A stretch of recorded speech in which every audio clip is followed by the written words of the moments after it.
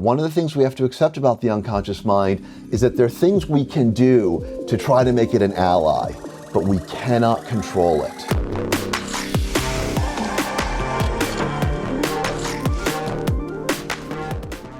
Welcome back, everybody, to the Selling with Love podcast. So excited to bring the guest for today, which is often associated with the word dopamine. He's done TED Talks, or TEDx Talks rather, on the topic, been featured on so many major platforms, speaking about the molecule of more, which is his first book, translated into 20 languages, international bestseller, and speaks a lot about the effects of dopamine. Why is it that we're always craving novelty? Why is it that this drug actually motivates a lot of our behavior? And what's so interesting is the man has just released another book called Spellbound, where modern science, ancient magic, and the unconscious mind, we get to discover more on how that interacts with our everyday behavior and how we can use it to our advantage in the world of sales, business building, because let's face it, when you're in these realms, anything that can give us the edge can be a huge advantage in a competitive field.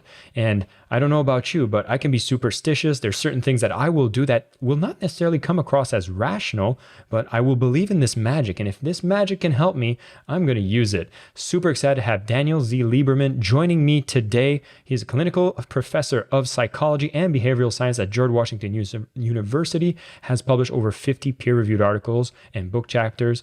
I'm so excited to have him here. Daniel, welcome to the show. Thanks, Jason. It's great to be here. Daniel, I found it so interesting because, of course, your original work around dopamine, the molecule of more, feels very scientific, and I'm sure it was very much praised, especially on the academic fields.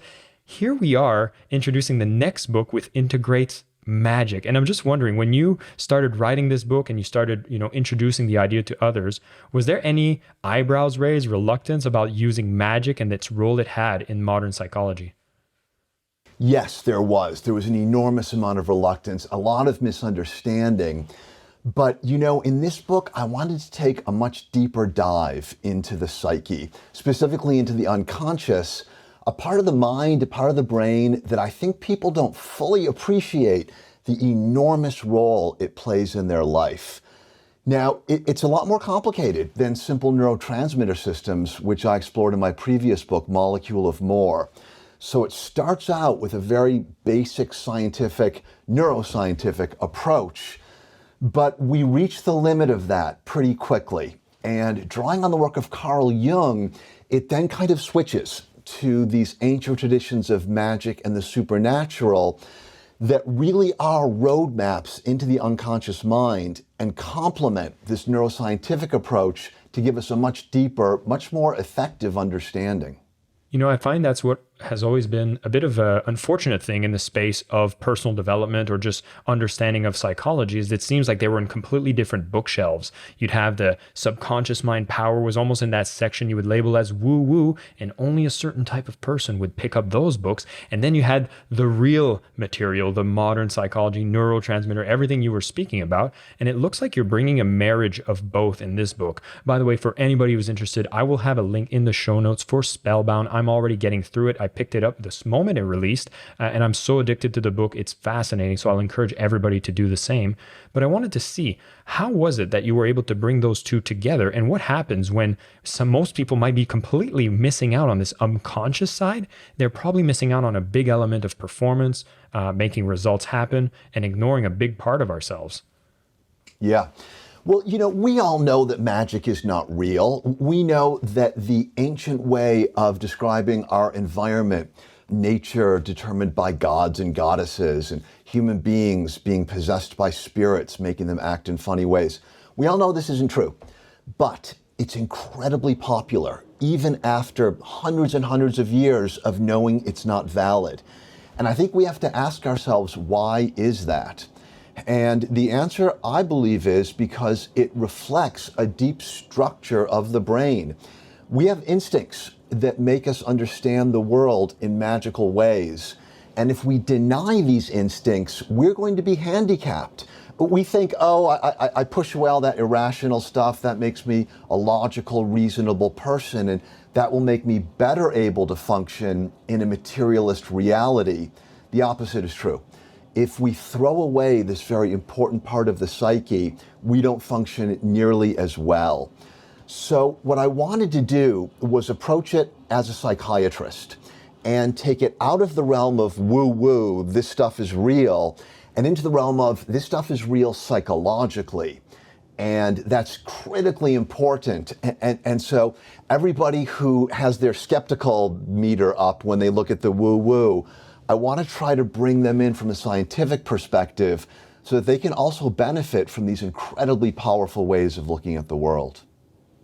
Yeah, I love the way that you do it, because for myself, I'm someone that's always looked at the woo-woo almost like oh, that's an interesting crutch to lean on if you couldn't figure it out like the rational way, like the scientific way. And I'd always try to explain anything like intuition, which I know is a big thing you elaborate on. I'd be like, no, it's, our reticular activation system that starts noticing pattern. It's not true, but if you believe it to be true, maybe it's a placebo effect. But what I found fascinating is in complex decision making, you were able to see the research that was published. You highlighted how even if you had time to rationally calculate different variables, your quote unquote intuition, your gut feeling was statistically probable to get you to the right answer in more ways that your rational mind could. Could you unpack that and see what benefit that brings us in decision making in business? Yeah. So, the unconscious mind has a lot more processing power than the conscious mind. Conscious mind can only process about 50 bits per second. And, we often talk about multitasking and doing lots of different things at once. But I think these days, most people know that that's not true. It's actually not possible for the conscious mind to focus on more than one thing at a time. And if you try to do it, it's actually inefficient because there's a switching cost.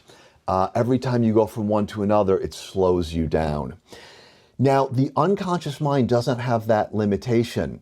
Conscious mind processes about 50 bytes per second. The unconscious is 500,000 times more powerful. Now, it's got a lot of work to do. It coordinates muscles that give us posture and movement. It secretes hormones. It processes information coming in from the sense organs. So it needs all of this bandwidth. But it's also able to process information in very sophisticated ways. And one of the outcomes of that is, as you point out, intuition. Intuition is capable of giving us answers to questions that are too complex for the conscious mind to handle. And you described it as a kind of pattern recognition that goes on outside of consciousness. And that's exactly correct. But thinking it more in terms of kind of this magical solution that's presented to us is not correct, but it's more in line with our instinctual way of understanding ourselves. And therefore, it's more efficient. And let me give you an example. I think we both know that things like tables are not solid, right? Tables are made up of more than 99% empty space. Well, we know that. That's a fact. And when you say it's solid, you're wrong. But we don't go through life constantly reminding myself, oh yeah, that's 99% empty space, because that would be exhausting. We evolved to see pieces of wood as solid, and that's the most efficient, effective way for us to understand the world around us. It's the same with magic. Our brains evolved that way. For whatever reason, natural selection gave us a survival advantage by seeing the world in that way.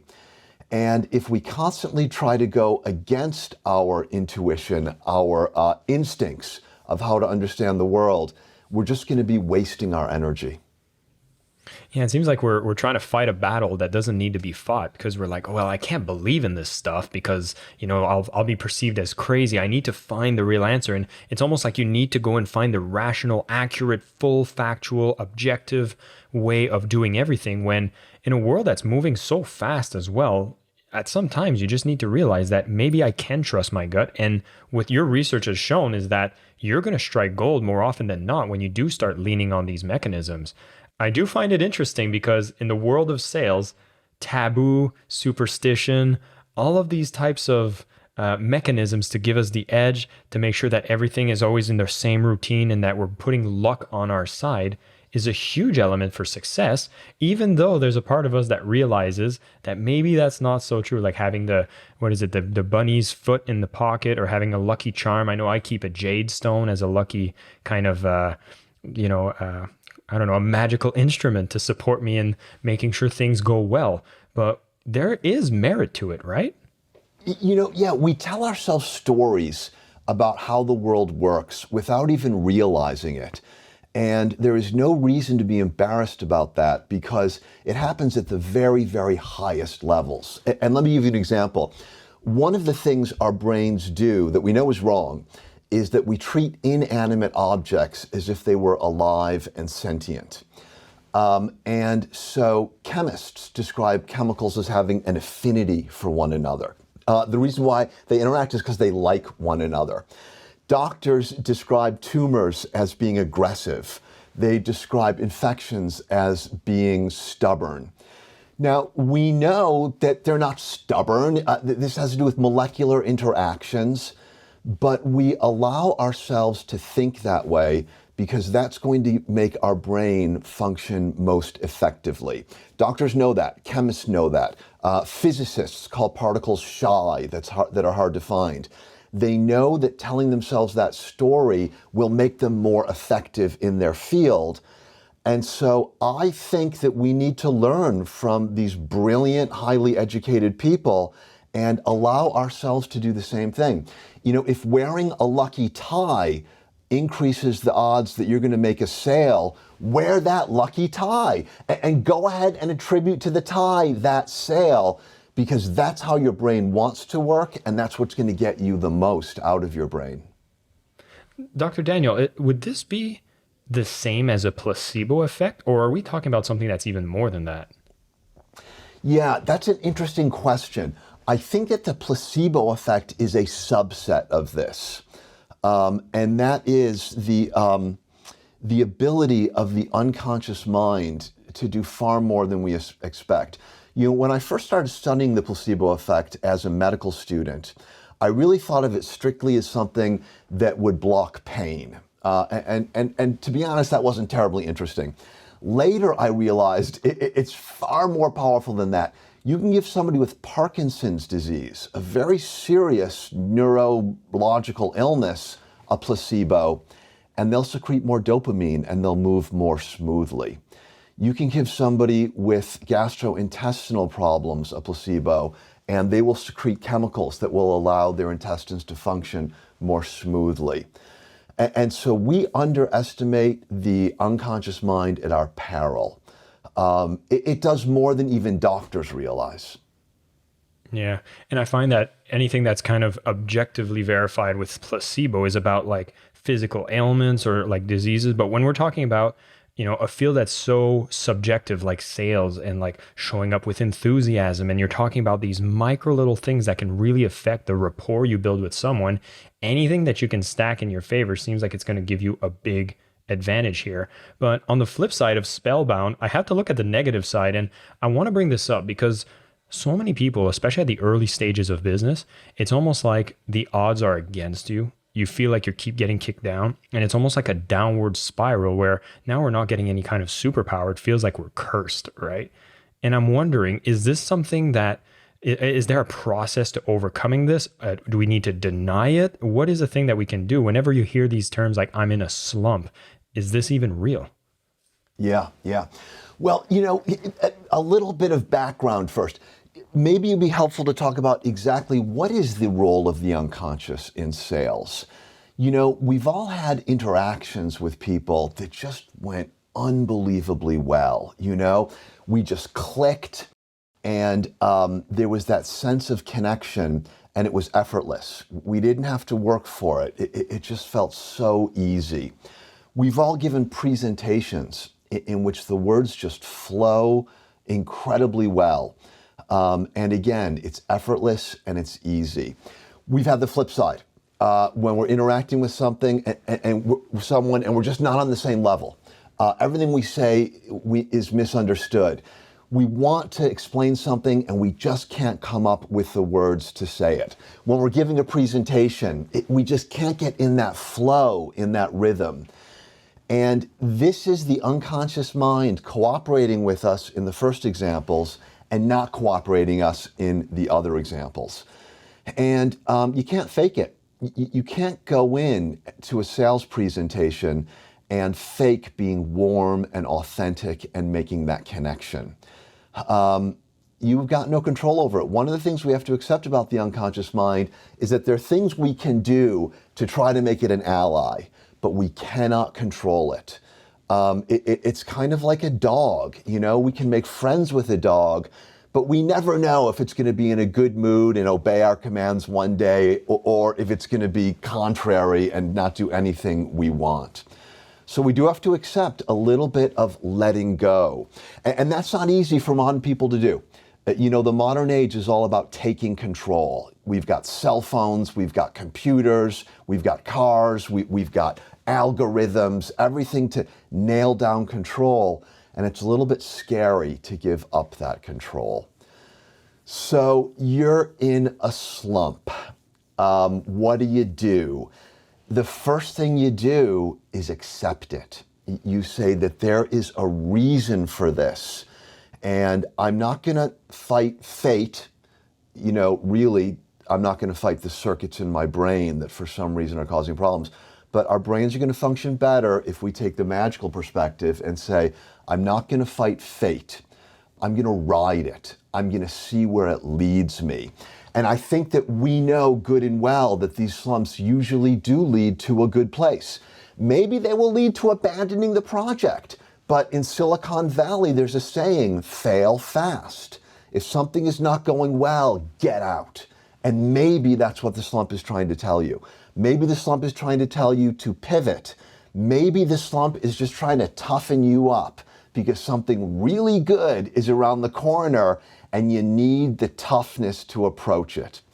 Now, I'm not an entrepreneur, but I've had similar experiences where I've been writing something, I've worked for 45 minutes an hour, and then boom, I press the wrong button and it's erased. I curse myself, I say, you idiot, you loser. And of course, I'm not cursing me, I'm cursing my unconscious mind that pushed that button, all right? Then I buckle down and rewrite it, and it's much better. So my unconscious mind deleted it for a reason, and I just need to have a little respect. I need to say, look, this happened for a reason. I need to work with this partner of mine, and good things will eventually happen.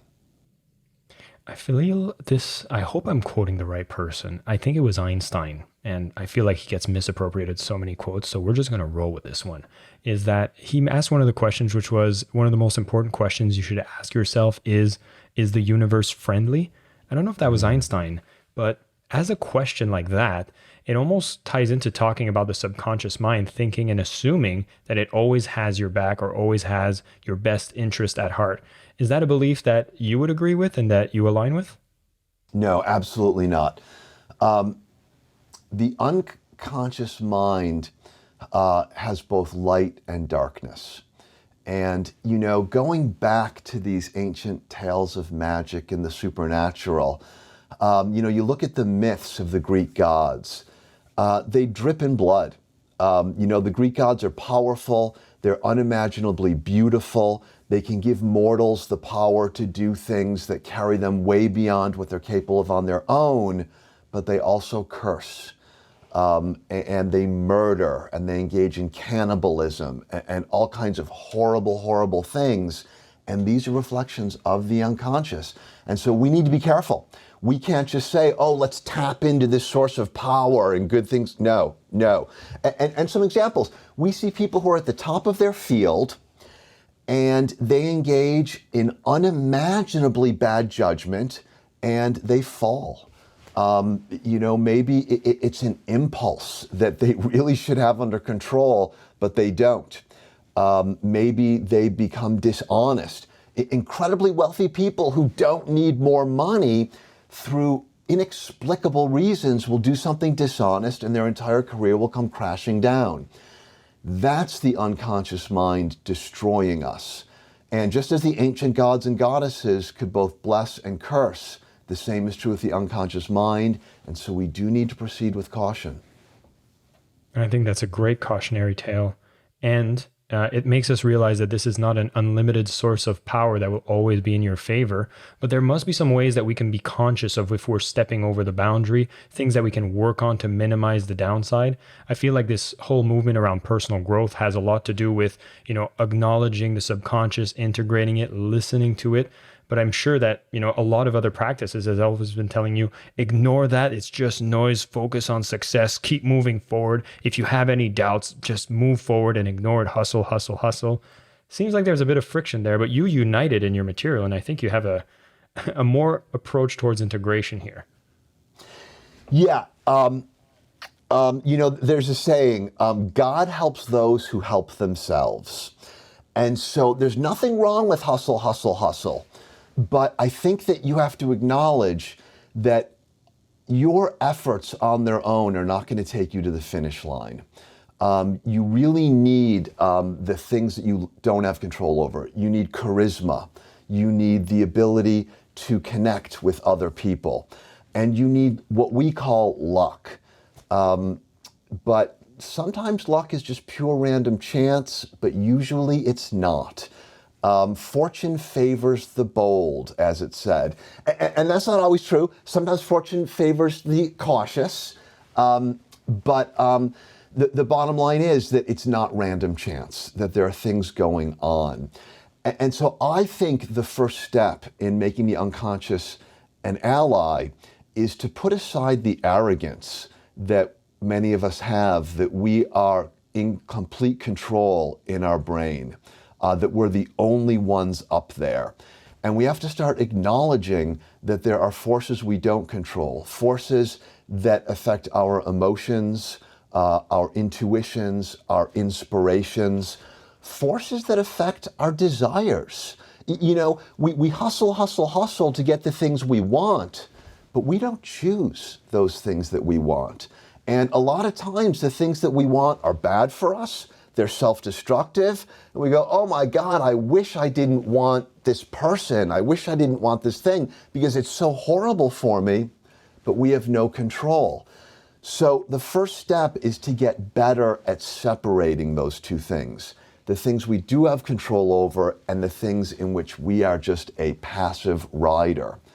To pay attention to it. In psychology, the technical term for it is the observing ego. We take a step back and we look at what's happening. Yeah, I was going to ask you to elaborate on that, because if we understand that we are not fully in control, but there's certain things we do want to keep the reins on. And what I love in the opening chapters in your book, you talk a lot about how we need to actually use our conscious mind. It's very useful to filter some of the noise that'll come from the unconscious, because it's not all good advice. Some of it isn't that great. So we need to be able to discern what's in our best favor, such as, well, I'd love to hit that snooze button, but I want to get up and I know this is good for me and these are habits I want to build. I would think this is an example of control, but I'd love to ask from you, what are some of the things, your practices of control that are the most useful for someone who wants to operate at a high performance, have more success, and build a company without necessarily, crash and burning in the process? Yeah. So, I've referred to the unconscious a couple of times as instinct. Human beings are this weird combination of the rational and the irrational, the spiritual and the animal. We've got both of these things, and they don't always work in harmony, but we need to try to do that. And the unconscious is the animal side of the human being. It's the instinct. And so I think one way to help us understand it is to think of a real animal. Think of the relationship between a person and a wild horse. That wild horse is going to be very, very dangerous and not particularly useful. But if the human being takes the time and the trouble to tame that wild horse, it will be an incredibly powerful ally. In the days before automobiles, you could travel. In wartime, a war horse was a very powerful weapon and a huge advantage. And so if you can tame this wild animal, make it a partner, it becomes a very, very powerful tool. It's not an easy thing to do. And so what we want to do is use our conscious mind to try to tame this wild, instinctual unconscious within us. And we do that by making the unconscious conscious. We pay attention to what's going on, and we try to open up the channels of communication. We pay attention to our emotions. We allow ourselves to fully feel the emotions, even the bad ones like anger and hatred and envy and jealousy, but we don't allow them to take over our behavior. We feel 100%, but we don't allow it to act. In order to do that, you need a strong conscious mind. You need a strong ego, as we say it. And so the best thing you can do is do things that strengthen your ego. Have some discipline. Try to think about your values and stick to them. So the alarm goes off, you hit the snooze button, you're giving into the horse's instinct. No, you need to train the horse. Don't hit the snooze button. Get out of bed, strengthen your discipline, strengthen your conscious mind. That will enable you to develop this productive relationship with your unconscious. I love that. And it also brings me to a way that you're trying to apply this, but I feel if you're dipping too much into the magic side, it's actually getting in the way of the results you want. Let me explain. There's the typical story you'll hear of a salesperson, right? And you want to be in the zone, you want to be in flow, and you want to make sure that what you need to do is pick up the phone, say you have a list of leads, and you need to dial numbers, and you need to make contacts, and you need to have conversations. So you come into the office at 9 a.m. and you're like, well, my routine to be in the zone, I need to have my coffee. So then you stop, you go make a cup of coffee, and then you sit and you're like, oh, but right now, I need to make sure I'm well set up. So I'm going to just place my desk and take, for example, I have a lucky rock. I need to have my lucky rock. And we start creating a bunch of habits, routines, and things that actually prevent us from doing the actual thing that brings in the results. And I wanted to know if there was any limit, ways of testing when maybe we're trying too hard to bring the magic on our side without doing the actual thing, or is there still a lot of merit to continuously beat on the habits, or not the habits, but rather the magic, so that the small moments you will make those calls are going to be more worth it? Right. The thing about the brain is it is the most unique part of the human body. And it is what makes us an individual. And so that makes it very difficult to come up with general rules that apply to everyone.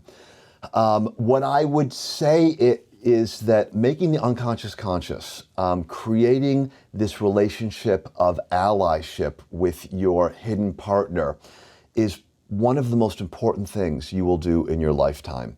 And it is ridiculous to think that there are easy rules that will allow you to do it. The number one most important thing, and maybe this is true of business as well, is you need to give yourself permission to make mistakes.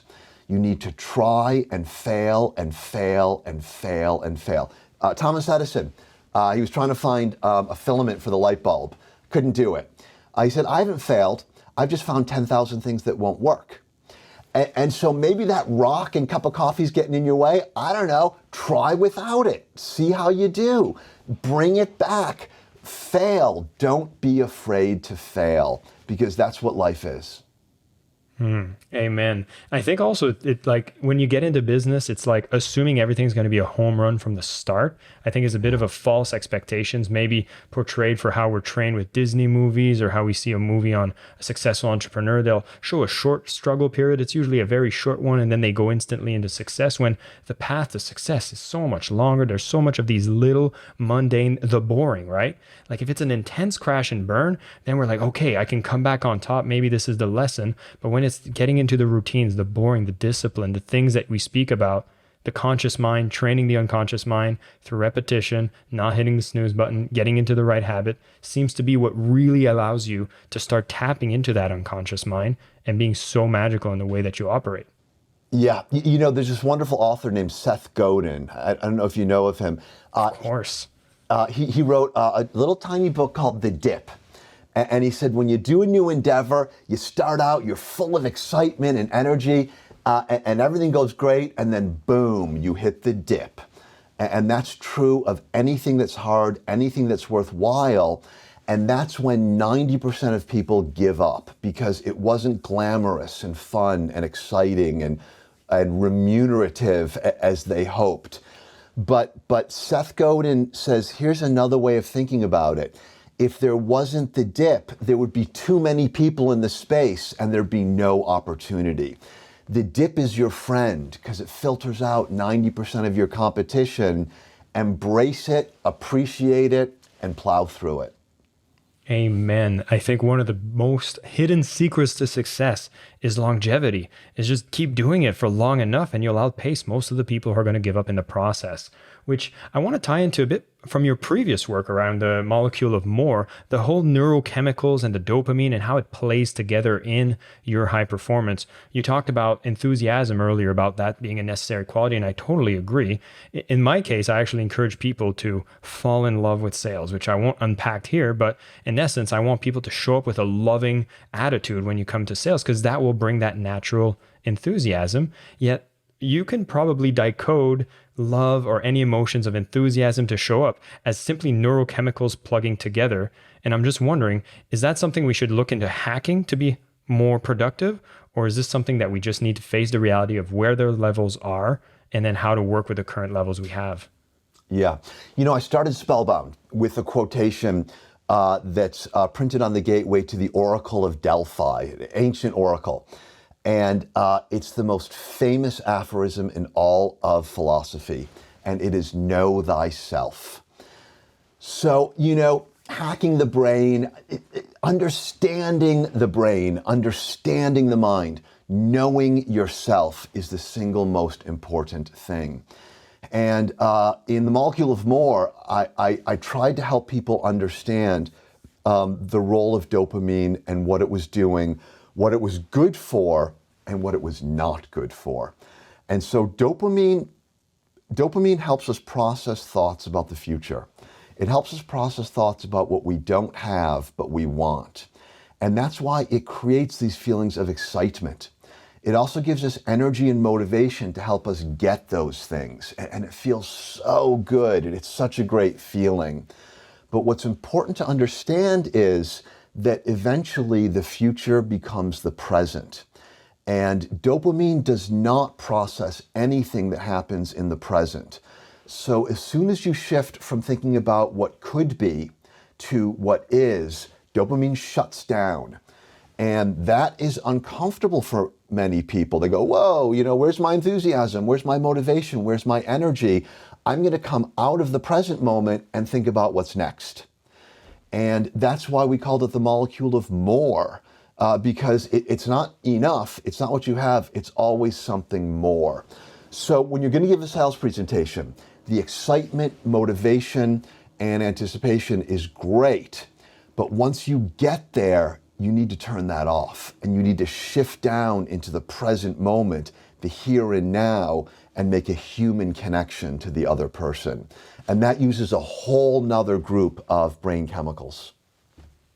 Yeah, I was going to assume that to get dopamine flowing more, it's almost about, would I be accurate to state doing things like having a clear vision of the future or goals that you want to hit would be the things that trigger the dopamine?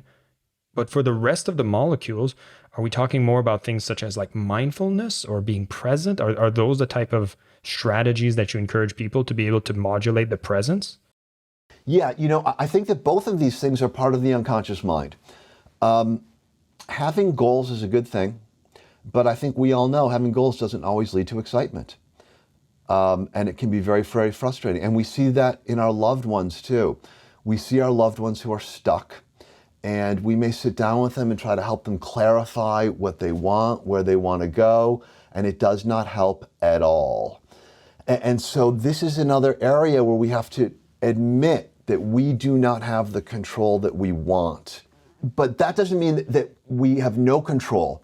A lot of times working with the unconscious is a long-term process. And let me give you an example, and that is playing a musical instrument.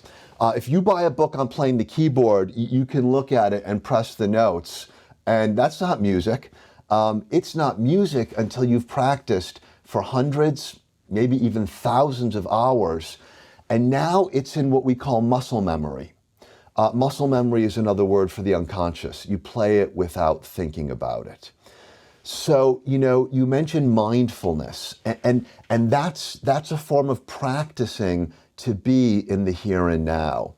But what you need to realize is you can't say, oh, I need to be in the here and now, I'm going to practice mindfulness.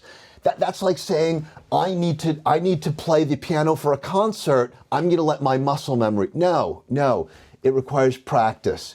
So if you want to use mindfulness to be in the here and now, meditate for 100 hours first. Dr. Daniel Z Lieberman, it's a fantastic conversation to have with you. Before I close it, though, I got to ask a couple of the more personal questions, right? Which is, what are some of the magics that you love to nurture into your own life to support your own conscious, rational behaviors? Do you have any of good luck rituals that you do yourself that you get excited about? I love taking walks in nature. We have a park with nature trails 5 minutes from us. And since I've been starting working from home, I've been walking for half an hour every morning through those trails.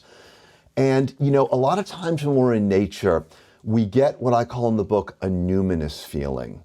It's called a magical moment. It's when all of a sudden the world feels very, very different. Some people may get it on the beach at dawn or on the beach at night. It's this feeling that you're in contact with something much more powerful. It's so uplifting. It gives us a different perspective on life. And so I always try to pay attention for those moments and really try to enjoy them.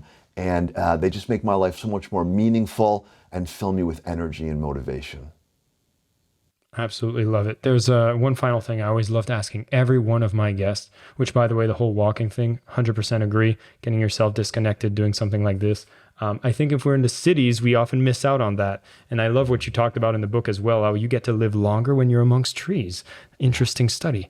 But the question I wanted to close with is, you're on a Selling with Love podcast. If I would have asked you the question, what does selling with love mean to you? What would you say? Yeah, so in my experience as a customer, there are two kinds of salespeople. There are salespeople who follow a script, and they try to present a facade, and I hate it. I just want to run away from them. I feel like I'm being manipulated, and I feel offended because I feel like they're treating me not as a human being. There are others who will talk to me as an authentic human being. And they're not trying to manipulate me. They're trying to say, hey, this might be something you'd be interested in. I'm so grateful for your time. Let me present it to you. Let's see what you think. And they by treating me as a human being, they treat me with respect. And even if I don't want to buy what they're selling, I will enjoy it. I'll just enjoy interacting with another person. So to me, it means authenticity. I love it. Dr. Daniel Z. Lieberman, thank you so much for coming on the show. For everybody tuning in, for me, this is so fantastic. I'm in the middle of the book, and I'm going to encourage, once again, everybody, grab a copy of Spellbound, Modern Science, Ancient Magic, and the Unconscious Mind. Just got released August 2022. Always amazing when you show support to the authors that come and share here. Grab a copy, and of course, when you read a book, go and leave that review. It means so much. It gets us to see what people are getting out of the value from the book. As for me, I find it absolutely amazing what we've talked about even today, knowing that magic, although we can debunk it and we don't need to necessarily agree to it from a scientific perspective, there is validity knowing that it can help us subconsciously. The subconscious mind is so powerful, but our conscious mind can only process a little bit of data. But don't put blind faith into it, because it can actually bite you as well. When you're on a good streak, keep going on doing the things that support this good streak. When you're on a negative streak, it's not about ignoring it, it's listening to it. And what I love the most about what Dr. Daniel said is, if you need to listen to things that are coming from your subconscious, it doesn't necessarily mean that you need to act on everything, but it's also, don't ignore it and suppress it, because I'm just currently on the chapter around shadow, and that's usually things that will come to bite you in the long term.